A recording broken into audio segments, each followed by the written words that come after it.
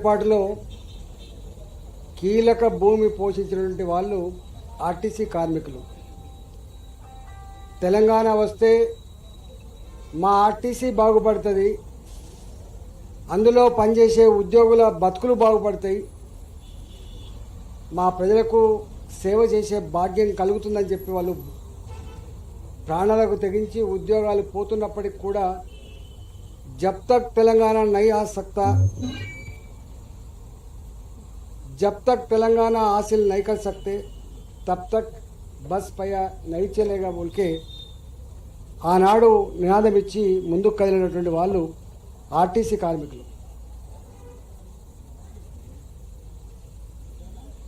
ఇది అయిన తర్వాత మాట్లాడదాం.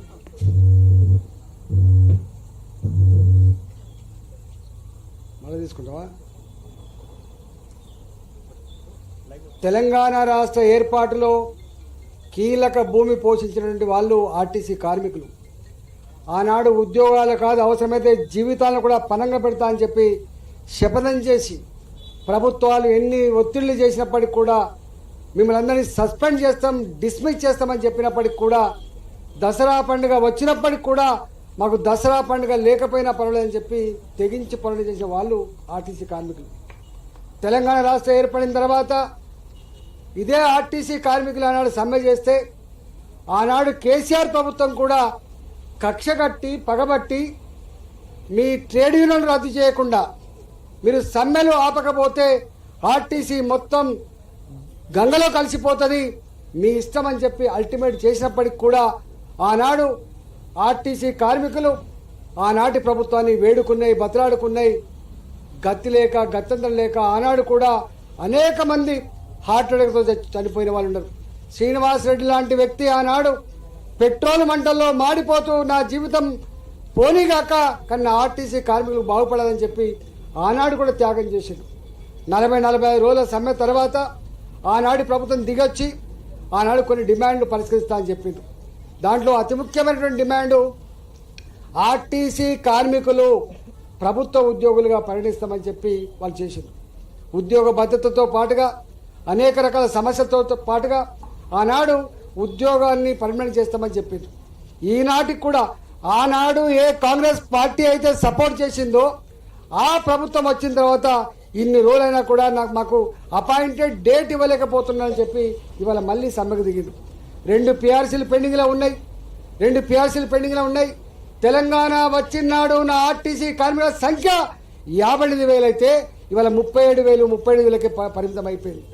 ఆర్టీసీలో ప్రైవేటు కాంట్రాక్టర్లకు బస్సులు ఇస్తూ ఉన్నారు. ఇవాళ ఆర్టీసీలో పొల్యూషన్ ఫ్రీ బస్సులు అని చెప్పి ఎలక్ట్రికల్ బస్సులకు సబ్సిడీ వస్తే ఆ సబ్సిడీ ప్రైవేటు వ్యక్తులకు ఇచ్చి ఆ బస్సు రూట్లన్నీ కూడా వాళ్ళకి అప్పచెప్పే ప్రయత్నం చేస్తున్నారు. ఒక్కొక్క కిలోమీటర్కి 58 రూపాయలు చొప్పున ఇవ్వడానికి ప్రయత్నం చేస్తున్నారంటే ఆర్టీసీని బొందబెట్టాలి, ఆర్టీసీ కార్మికుల బతుకులు బుగ్గిపాల్చేటువంటి నీచమైన కుట్రలో భాగంగానే ఇది జరుగుతూ ఉంది. కాబట్టే ఇప్పుడే 20,000 మంది కార్మికులు తగ్గిపోయినారు. ఇంకో 5 ఏళ్లకో 10 ఏళ్లకో ఆర్టీసీ పర్మనెంట్ కండక్టర్ ఉన్నాడు, ఆర్టీసీ పర్మనెంట్ డ్రైవర్ ఉన్నాడు, ఆర్టీసీ డిపోలలో మెకానికులు పర్మనెంట్ ఉండే ఆస్కారం లేదు. ఒక్క మాటలో చెప్పాలంటే ఇచ్చినట్టే ఇచ్చి ఒక చేత్తో ఆశ చూపి మీరు పర్మనెంట్ ఉద్యోగులకు గుర్తిస్తామని చెప్పి ప్రభుత్వ ఉద్యోగులుగా మీరు ఉంటారని చెప్పి వాళ్ళకు భ్రమలో పెట్టి చివరికి ఉద్యోగాలు తీసేసే పరిస్థితి, ఆర్టీసీ సంస్థనే నిండా ముంచే ప్రయత్నం జరుగుతుందని చెప్పి మళ్ళీ ఈనాడు మా కార్మికులు సమ్మె నోటీస్ ఇచ్చారు. అయ్యా, ఇచ్చిన మాట ప్రకారంగా మమ్మల్ని ప్రభుత్వ ఉద్యోగులుగా అపాయింట్ చేయండి, మాకు 2 PRCలు రావాలి, అవి ఇవ్వండి. మా ఆర్టీసీలో ఈ ప్రైవేటు కాంట్రాక్టర్లు కట్టబెట్టే పద్ధతి బంద్ చేయండి. బస్సులు ఎలక్ట్రికల్ బస్సులు కేంద్ర ప్రభుత్వం ఇచ్చినా ఇంకోరు ఇచ్చినా అవి ఆర్టీసీనే పర్చేజ్ చేయాలి, ఆర్టీసీ కార్మికులు నడిపే ప్రయత్నం చేయాలి. ఆర్టీసీ అనేది వ్యాపార సంస్థ కాదు, కొన్ని కోట్ల మంది పేద ప్రజానికానికి ఇవాళ గమ్యం చేర్చేది. కోట్ల మంది పాలమ్ముకునే వాళ్లకు, కాలేజీలలో స్కూళ్ళలో చదువుకునే వాళ్లకు, కూరగాయలు అమ్ముకునే వాళ్లకు, పేదవాళ్లకు దిక్కే ఆర్టీసీ. ఆర్టీసీని ఒక వ్యాపార సంస్థగా చూడకండి. మీరు ఇన్ని లక్షల కోట్ల రూపాయలు ఖర్చు పెడతా ఉన్నారు. 2,000 కోట్లు 3,000 కోట్లు సంవత్సరానికి ఆర్టీసీ సపోర్ట్ చేస్తే పేదలకు సాయం చేస్తా అని చెప్పి ఇవాళ వాళ్ళు నడుపుతూ ఉంటే ఇవాళ ప్రభుత్వం నిమ్మకు నీరెత్తినట్టుగా వాళ్ళకు ఆర్టీసీ కార్మికుల గురించి పట్టించుకునేటువంటి తీరిక లేదు, వాళ్ళకి ఇతర అనగాన వర్గాల గురించి పట్టించుకునే తీరిక లేదు, వాళ్ళకు వాళ్ళు పదవులు కాపాడుకోవాలి, భూములు అమ్ముకోవాలి, భూముల దందాలు చేసుకోవాలి, వేల కోట్ల రూపాయలు సంపాదించుకోవాలి.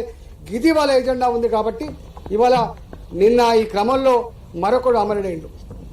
ఆనాడు శ్రీనివాసరెడ్డి వారితో పాటుగా అనేక మంది ఎట్లా అమరులైన 38 మంది కార్మికులు ఇవాళ మళ్ళీ శంకర్ గౌడ్తో మొదలైంది. శంకర్ గౌడ్ పెట్రోల్ మంటల్లో తగలబడుతూ ఆయన నిన్న విజువల్లో చూస్తే ఎక్కడ కూడా జంకకుండా వణుకు లేకుండా ఆయన గంభీరంగా చూస్తే దుఃఖం వస్తూ ఉంటుంది. ఇప్పుడు మళ్ళీ ఒక కార్మికుడు కూడా సూసైడ్ అటెంప్ట్ చేసిన తెలుస్తా ఉంది. ఈ సావులు వృధా పోవు. ఆనాటి ఆర్టీసీ కార్మికుల సావులే కేసీఆర్ని బొందబెట్టినాయి. మిస్టర్ రేవంత్ రెడ్డి మళ్ళీ ఈ సావులు కూడా తప్పకుండా ఈ సావులు వృధా పోవు. వీళ్ళకు 4 కోట్ల తెలంగాణ ప్రజల అండ ఉంటుంది. ప్రతి నిత్యం పేదవాళ్ళ ఆశీర్వాదం ఉంటుంది. ఇలా ఎర్రటి ఎండలలో 12 గంటల డ్యూటీ చేస్తున్న మా కండక్టర్లు, మా డ్రైవర్లు ఇలా మొత్తం చెమటపాలు అయిపోతుంటారు, ఉడికిపోతూ ఉంటారు. అయినా కూడా సేవ చేస్తూ ఉన్నారు. గవాళ్ళ జీవితాలతో ఆడుకునే ప్రయత్నం చేయకండి. మీరు కూడా కేసీఆర్ అనే కాలగర్భంలో కలిసిపోతారని చెప్పి హెచ్చరిస్తున్న తక్షణమే బేషాలు పక్కకు పెట్టి, నువ్వు పెద్దనా నేను పెద్దనా అని పక్కకు పెట్టి పిచ్చి వేషాలు లేకుండా ఆనాడు కేసీఆర్ ఎట్లయితే సతాయించి వాళ్ళను ఉసురు తీసుకున్నాడు, ఇవాళ మళ్ళీ నువ్వు కూడా అట్లాంటి సతాయించే పని చేయొద్దని తక్షణమే ఆర్టీసీ కార్మికులతోటి జేఏసీ తోటి చర్చలు జరిపి ఈ సమస్య పరిష్కరించాలని చెప్పి నేను డిమాండ్ చేస్తున్నా.